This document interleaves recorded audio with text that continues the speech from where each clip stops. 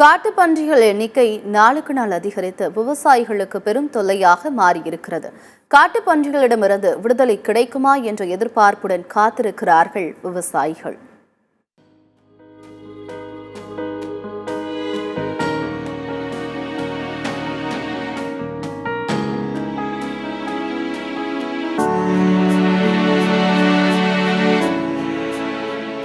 வேர்க்கடலை, மலாக்கொட்டை என்று அழைக்கப்படும் நிலக்கடலை நாம் விரும்பி உண்ணும் உணவில் முக்கிய இடத்தை பிடித்துள்ளது. இன்று உலகளவில் நிலக்கடலை உற்பத்தியில் முன்னணி நாடாக இந்தியா உள்ளது. ஆந்திரா, தமிழகம், குஜராத், கர்நாடகா மற்றும் மகாராஷ்டிரா ஆகிய மாநிலங்களில் நிலக்கடலை சாகுபடி அதிகமாக உள்ளது. தமிழகத்தில் எண்ணெய் எடுப்பதற்காகவும் உணவு பண்டமாகவும் மதிப்பு கூட்டப்பட்ட நிலக்கடலை அதிகம் பயன்படுத்தப்படுகிறது. இதற்கான சந்தை வாய்ப்பு பிரகாசமாக இருப்பதால் தான் இறைவையிலும் மானாவாரியிலும் அதிகளவில் பயிரிடுகிறார்கள். ஆனால் தமிழகத்தை பொறுத்தவரையில் காட்டுப்பன்றிகள் தொல்லையால் விவசாயிகள் வேதனை அடைந்து வருகிறார்கள்.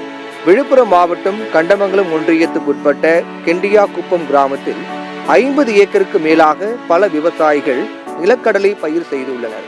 தொடர்ந்து இந்த பயிர்களை காட்டுப்பன்றிகள் இரவு நேரங்களில் சேதப்படுத்துவதால் விவசாயிகள் மிகவும் வேதனை அடைந்துள்ளனர்.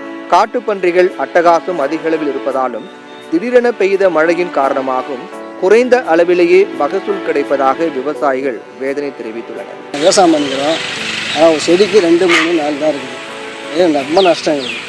தண்ணியில் இருக்கனால பயிர் மாடை போட்டோம், ஒன்றுமே கிடையாது. கூலி கொடுத்து தான் மாறி அசலே வர எங்களுக்கு விவசாயமே வேஸ்ட்டு. தண்ணியில் இந்த பயிரை போட்டோம், இதில் ஒன்றுமே கிடையாது. இதை நாங்கள் என்ன பண்ணே தெரியல. விவசாயம் பண்ணி பண்ணி துவச்சி குடும்பத்தான் போய் பண்ணிடுறாங்க. நைட்டு நாங்கள் வந்து பழச்சி வச்சுங்க, நைட்டு லைட்டு போட்டுக்கணும். அதை வந்து அதுவும் பயமாக இருக்குது, வந்து உட்காந்துருக்கோம்.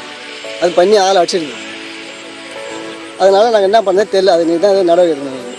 காட்டுப்பன்றிகளை விரட்ட இரவு நேரங்களில் பட்டாசுகள் வெடித்தல், ஒலிபெருக்கி மூலம் சத்தம் எடுப்புதல் போன்ற பல்வேறு நூதன முறைகளை கையாண்டாலும் நிலக்கடலை பயிர்களை காட்டுப்பன்றிகள் சேதப்படுத்துவதாகவும் விவசாயிகள் மிகவும் வேதனை தெரிவித்தனர்.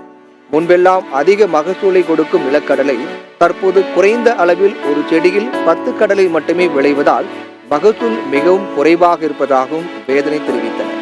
இப்பகுதியில் பெரும்பாலான விவசாயிகள் நெல் பயிரிட்டு வந்த நிலையில் தண்ணீர் பற்றாக்குறை காரணமாக நிலக்கடலை சாகுபடி செய்த நிலையில் தற்போது காட்டுப்பன்றிகள் அட்டகாசம் நாளுக்கு நாள் அதிகரித்து வருவதால் விவசாயம் எப்படி செய்வது என வேதனை தெரிவித்துள்ளனர்.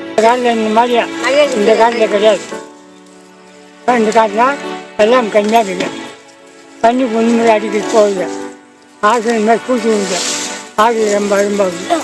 நிலக்கடலை அறுவடை செய்ய ஆட்கள் வருவதே கடினம் என்று கூறும் விவசாயிகள் அதனால் குடும்பத்தினரை வைத்தே நிலக்கடலை அறுவடை செய்யும் பணியில் ஈடுபட்டு வருகிறார்கள்.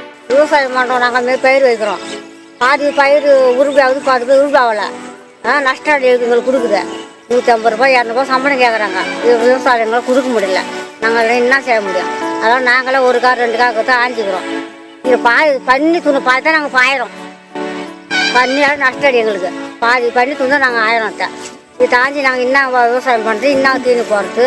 பிள்ளாத கும்பிட்டாய் பிள்ளை, இப்போ மருமவா, பேத்தி, பேரா எல்லாம் குடும்பத்தோட இருக்கிறோம். ஒன்றும் புண்ணியம் இல்லை. நிலத்தில் பயிர் எடுத்துது 1, 2, 3 அப்படி இருக்குது. வேஸ்ட்டு தான் அந்த பயிர் இருக்குது. தண்ணீர் பற்றாக்குறை காரணமாக மாற்று பயிர்கள் செய்ய முயற்சி செய்தாலும் விவசாயிகள் வாழ்க்கை முறை மாறாத வடுவாகவே இருந்து வருகிறது. வேளாண் துறையும் வனத்துறையும் இணைந்து காட்டுப்பன்றிகளை பிடிக்க நடவடிக்கை எடுக்க வேண்டும் என்றும் மாவட்ட நிர்வாகம் தங்களுக்கு உரிய இழப்பீடு வழங்க வேண்டும் எனவும் விவசாயிகள் கோரிக்கை வைத்துள்ளனர். சத்தியம் செய்திகளுக்காக விழுப்புரம் மாவட்ட செய்தியாளர் கோபிநாத்துடன் ஃப்ரைடே ஃபார் ஃபார்மர்ஸ் இயக்கம்.